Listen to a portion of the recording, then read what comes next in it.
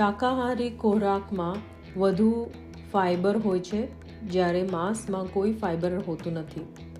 આપણા આહારના ભાગરૂપે આપણને ફાઇબરની જરૂર હોય છે, કારણ કે તે પાચનમાં મદદ કરે છે અને કબજિયાત અટકાવે છે. એવા સંખ્યાબંધ અભ્યાસો અને સંશોધનો છે જે દર્શાવે છે કે શાકાહારી આહાર હૃદય રોગ, સ્ટ્રોક, ડાયાબિટીસ અને આંતરડાના કેન્સરનું જોખમ ઘટાડવામાં અને BMI ઘટાડવામાં ઉપયોગી છે.